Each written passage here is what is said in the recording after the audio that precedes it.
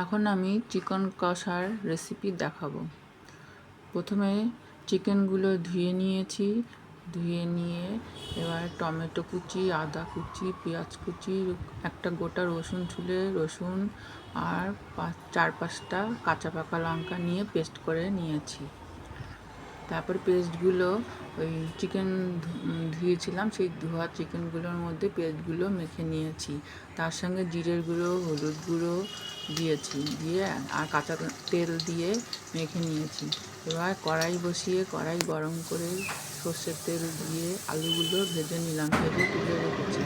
এবার তেলের মধ্যে শুকনো লঙ্কা আর কালো জিরে সঙ্গে দিয়েছি আর একটা তেজপাতা ছিঁড়ে দিলাম। দিয়ে এবার একটু সোমবার মধ্যে একটু চিনি আর দারচিনির গুঁড়ো আর এলাচ গুঁড়ো দিয়ে দিলাম। দিয়ে এবার কেটে রাখা পেঁয়াজ কুচিগুলো দিয়ে আর একটু নুন দিয়ে ভেজে নেব। একটু লাল লাল ভাজা হয়ে যাওয়ার পরে আরও একটু তেল দিয়ে এবার ম্যারিনেট করা চিকেনগুলো দিয়ে নাড়াচাড়া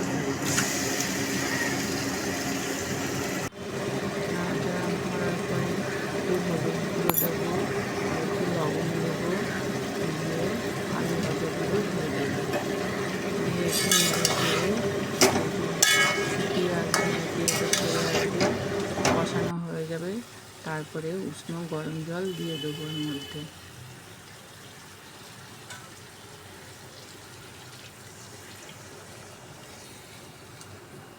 উষ্ণ গরম জল দেওয়ার পরে একটু টেনে আসবে, আর পরিমাণ মতন একটু লবণ দিতে হবে। আগেও একটু লবণ দেওয়া ছিল, আবার আরেকটু দিয়ে নিলাম যাতে ঠিকঠাক হয়। আর একটু গরম মশলা দিয়ে গরম মশলার গুঁড়ো দিয়ে নামিয়ে নেব। আমার কেমন হয়েছে আমার চিকেন কষা একটু জানাবেন, আর আপনারা কীভাবে করেন সেটাও জানাবেন। এখন আমি ডিমের কারি রেসিপি দেখাবো। প্রথমে ডিম 4টে ধুয়ে নিয়েছি, আমার 4টে ডিম লাগবে, ওই জন্য 4টে ডিম আমি রান্না করে দেখাবো। তারপরে ধুয়ে নিয়ে একটু জল দিলাম, দিয়ে একটু লবণ দিলাম। লবণ দিলে পরে ডিমটা ফেটে যায় না, ওই জন্য তারপরে আমি উনুনে বসিয়ে দিলাম। দিয়ে এবার ডিম সিদ্ধ হতে থাকছে। ডিমটা সেদ্ধ হয়ে গেছে, আর তার জন্য আমি নিয়েছি একটু আলু টুকরো কয়েকটা, আর লঙ্কা কুচি, আর টমেটো কুচি, পেঁয়াজ কুচি আর রসুন থেতো করে নিয়েছি।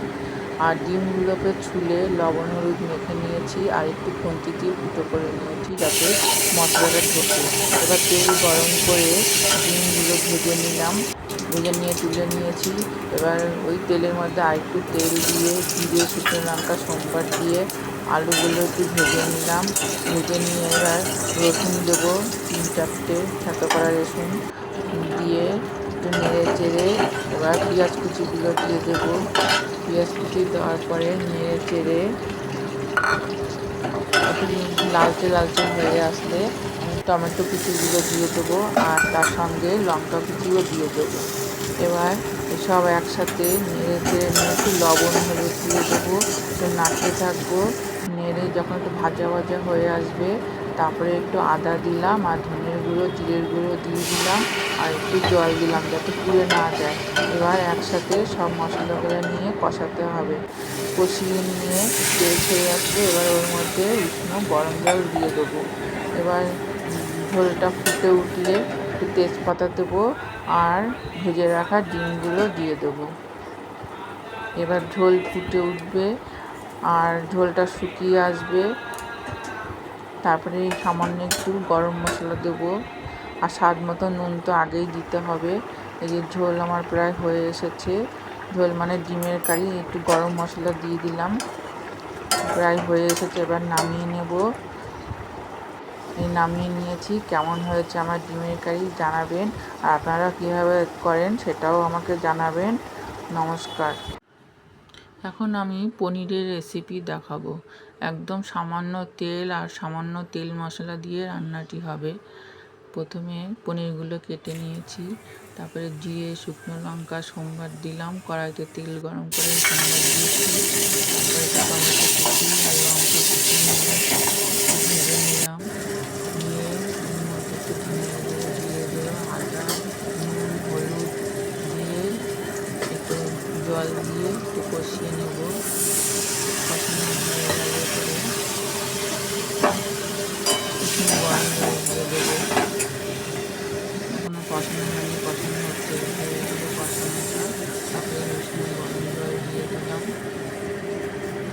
উষ্ণ গরম জলটা দেওয়ার পরে ঝোলটা ফুটে উঠলে এবার ওই পনিরগুলো দিয়ে দেবো। এই পনিরগুলো আমি ভাজিনি, আমি কেটে টুকরো করে রেখেছি, তারপরে ফুটন্ত ঝোলের মধ্যে দিয়ে দিলাম।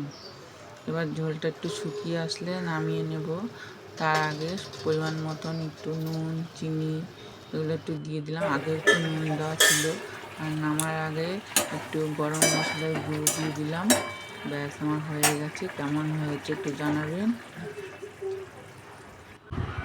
এখন আমি আলু পটলের ডালনা একটু অন্যরকমভাবে দেখাবো। আলু পটল যতটা লাগবে ততটা নিয়ে কেটে নিয়েছি, টুকরো টুকরো করে কেটে নিয়েছি। আর কিছুটা পেঁয়াজ কুচি করে নিয়েছি। তেল গরম করে পাঁচফোড়ন, শুকনো লঙ্কা সম্বার দিয়ে পেঁয়াজগুলো দিয়ে একটু নেড়ে চেড়ে আলু পটলগুলো দিয়ে দিলাম যেগুলো কাটা হয়েছিল। তারপর একটু লবণ, একটু হলুদ দিয়ে নেড়ে চেড়ে ঢাকা দিয়ে দেবো। বারবার নাড়াচাড়া করে ঢাকা দিয়ে সেদ্ধ হবে, ভাজা ভাজা হবে। তারপরে ওর মধ্যে একটু আদা বাটা, জিরের গুঁড়ো, ধনের গুঁড়ো দিয়ে আর একটু জল দিয়ে কষিয়ে নিতে হবে। আর যেহেতু গুঁড়ো মশলা, সেই জন্য জল না দিলে পুড়ে যেতে পারে, ওই জন্য জল দিয়ে একটু কষিয়ে নেব। কষিয়ে নেওয়া হয়ে গেলে পরে একটু উষ্ণ গরম জল দিয়ে দেবো। তারপরে ঝোলটা ফুটে উঠবে।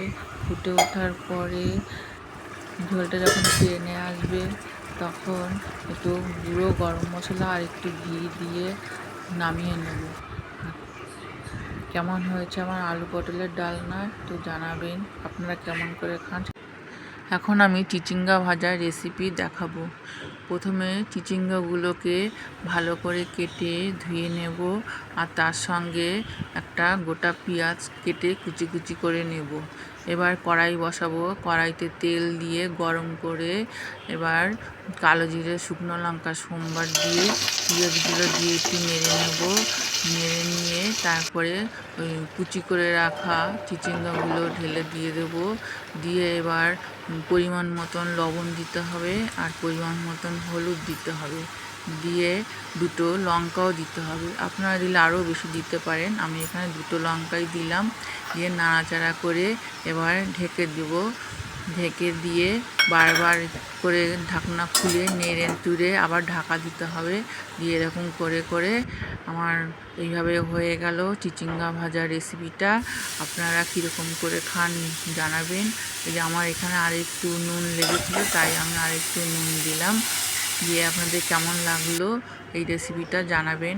আপনারাও যদি এইভাবে খান জানাবেন, আর কিভাবে খান সেটাও আমাকে জানাবেন। আমার এই চিচিঙ্গা ভাজা রেসিপিটা দেখার জন্য অনেক অনেক ধন্যবাদ জানালাম।